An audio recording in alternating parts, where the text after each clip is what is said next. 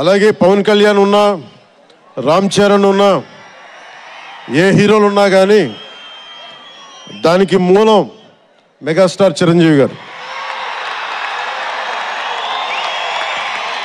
మీరందరూ game changer అనొచ్చు, OG అనొచ్చు. ఆ మూలాలు ఎక్కడో మారుమూల చిన్న పల్లెటూరులో కుగ్రామంలో, మొగల్తూరు అనే కుగ్రామంలో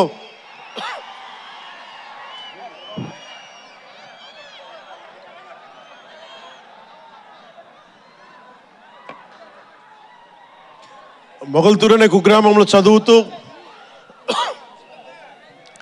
విఆర్ఎస్ఎన్ వైఆర్ఎన్ కాలేజ్ నర్సాపూర్లో చదువుకుంటూ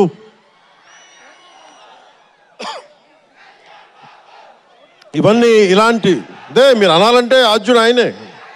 మీరు ఈరోజు కళ్యాణ్ బాబు అనండి, ఓజీ అనండి, డిప్యూటీ సీఎం అనండి, ఏదన్నా ఆయనే ఆద్యులు. నేను మూలాలు మర్చిపోను. నేను ఎప్పుడు రఘుపతి వెంకయ్య నాయుడు గారిని మర్చిపోం, దాదాసాహెబ్ ఫాల్కే అవార్డు గ్రహీతను దాదాసాహెబ్ ఫాల్కే గారిని మర్చిపోం. మూలాలు మనం ఎప్పుడు మర్చిపోం. అలాగే మేమందరూ రామారావు గారిని మర్చిపోలేం. ఇంతమంది తెలుగు చిత్ర పరిశ్రమ ఇక్కడ కదిలింది, వచ్చింది అంటే దాని స్ఫూర్తి ఒక అక్కినేని నాగేశ్వరరావు గారు, రామారావు గారు, ఘట్టమనేని కృష్ణ గారు, ఒక శోభన్ బాబు గారు, ఎంతోమంది నిష్ణాతులు పెద్దలు తెలుగు చిత్ర పరిశ్రమ కోసం శక్తియుక్తులు ధారపోసిన వారు.